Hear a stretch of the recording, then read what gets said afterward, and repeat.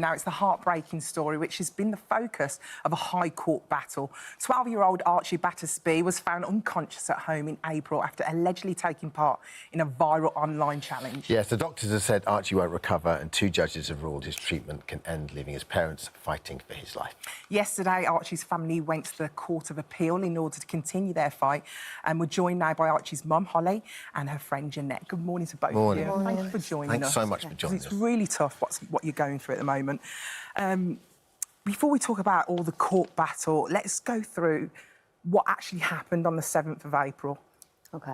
So... Tell us in your own words what happened. Just so people at home, this is the first time they've heard about it, just to put it into context. So me and Archie had been out, we come home, turned home, potted around for a little bit downstairs, went upstairs, charged the phone. We was going out to the pictures, to the cinema. Went upstairs to charge the phone, a couple of phone conversations. Archie walked in, I ended a phone conversation, which has really helped with the whole timeline thing on how I know how long Archie was without oxygen. I've asked Archie's come in with the rabbit, said, "Mum, I've got some sweets for you." I just started laughing because I knew he had the rabbit in the bag. He's a real joker, Arch. The rabbit's poked his head out at the right time, so we both just started laughing. I've then said to Archie, "Take the rabbit downstairs." A few minutes passed, I've then come out because it was quiet. I've come out. Rabbit's on the top of the stairs. Very quickly noticed Archie's on the top of the stairs. We've called. Yeah. And his dressing gown around his neck, underneath his chin. It's horrendous. So you believe that Archie may have been copying an online challenge called the Blackout Very possibly. Challenge? So he's taken part in a few fun challenges before? Yes. Kind of The bottle challenge is done. Yeah. A few weeks up, build up to that, he kept saying that he can knock himself out. I just laughed at him. And he said, I can pass out. Didn't really think too much of it. No. The school had... the school phoned me a few times to say that he keeps going into the matron saying he's got anxiety and he feels he's having panic attacks. Archie does suffer with anxiety. Again, just thought maybe he was just trying to get out of school, really. Just reassured him. Went back to his class, absolutely fine. I think now maybe he's been possibly trying a few of these challenges, and one of them is the kids are holding their breath until they pass out. This is every parent's absolute nightmare. The thing is, I don't think a lot of parents are aware of it. I wasn't aware of it. You don't, because you don't see what's... I know it's bad, but you don't know what's on your children's phone. And not only that, you can't... There's only so much we can do as parents. There's a lot of negative parents out there saying, oh, well, you should be monitoring your child. You cannot monitor your child 24/7. Archie's 12 years old. Me and Archie are glued at the hip, but sometimes they do need their own privacy. I can't follow him into the bathroom when he's on his phone. You know, there are times where they are on their phone. And we don't always know what they're doing, but I just think the most important thing is now to make the parents aware and have this conversation with our children. Sure, definitely. So initially, when you called the ambulance, he was attempting to breathe by himself, is that right? No, I had to give him CPR. Right. I broke him down. Sure. After running out, I moved the thing from... It was actually under his chin. Ligature around there. Yeah, under his chin and at the back of his head. I moved it forward because I couldn't get him down. I moved it forward, went out screaming. Nobody was there, so I've come back in. I've just broke it. As I've broke it, he's then fallen. He fell 8 foot. Yes. I've got help, started CPR on him, and I got oxygen into him quick. So this whole he was without oxygen for 40 minutes is not true.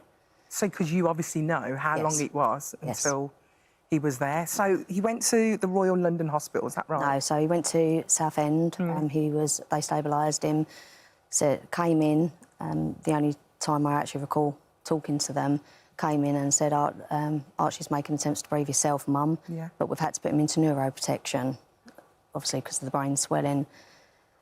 7 hours later... they said they'd contacted the Panda team. We're just waiting for the Panda team to take us to the Royal London Hospital. 7 hours later, we arrived at the Royal London. Right. And what was suggested to you when you got there? That he's not going to survive straight away, which obviously I was very confused. Why would Southend send him all the way to the Royal London Hospital to die? It didn't add up, didn't make no sense. So the doctors wanted to do a brainstem test. Yeah, they approached us with that on day 2. This is at the Royal London? Yeah, they removed him off sedation, apparently, on day 2. you declined. Just explain to us what a brainstem test is. Right, so basically they do, your child is without oxygen at 2 5-minute intervals, which to me, he was in the situation that he was because he was without oxygen for a few minutes. So what is the damage of being without oxygen for 10 minutes going to do to your child? And not only that, once you go through with this test, you legally, you lose your rights because to the care because your child is pronounced dead. This is another form of obviously pronouncing your child dead. Right. Okay. So you obviously didn't go through with that. No, so we didn't go through that. So in court. I guess let's bring us up to speed then, because the hospital then wanted a judge in the High Court to decide. In June, the judge decided Archie was brain dead for the first time. So you made the appeal, correct? We did, yes. Yeah. And then what's happened with the appeal? We've lodged. So that was turned down. Yeah. So we've won one appeal, and then we went to the second. That's been turned down, and we've now lodged the second appeal yesterday. Right. 11:30. So legally, what position are you in right now, do you think? We're awaiting, obviously, to see whether that appeal's been granted.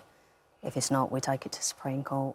You know, reading about this, the thing, it seems to me that you want more than anything else is just time. Time. It's been proven. We've had so many cases come forward, this country as well as all over the world, mainly all over the world, and they're all saying the same thing. Your child needs 4 to 6 months. These are survivors, 4 to 6 months before he even attempts to see signs waking up. Archie's already showed signs of obviously slightly opening his eyes, gripping my hands. He's held your hand as well. Yes. Well, you're literally fighting for his life right now, aren't you? Going back and forth to court. What's this toll been like on Hollie, Jeanette? Dreadful. As her best friend to watch, it's dreadful. Honestly, it's absolutely heartbreaking, and obviously this fight is just going to keep going on. I guess for the appeal to work now, he has to show sign. You need to see that. They need to see that progress, right? I just think they need to give him time. What is the rush? If the doctors are adamant he's going to pass, just let nature take its course. Yeah. I strongly believe as his mum, he's not going to, and I still say 100%, I'm going with my gut, he's going to wake up, just give him time. You know, what is the rush? Yeah, of course. Why is Such a everything lovely being mum, so sped honestly. along? You are such an amazing mum. At the Royal London, we have to read the response. The Chief Medical Officer from Bart's Health NHS Trust, Alison says, our deepest sympathies are with Archie's family at this difficult time. We accept the decision of the High Court. It's no longer in Archie's best interest to continue treatment. We're allowing him time for the family to consider whether to appeal this decision before any changes to treatment are made. Hollie, thanks so much. Thank you for joining us. Thank you. Right, best of luck. Thank you. Right, we're thinking of you.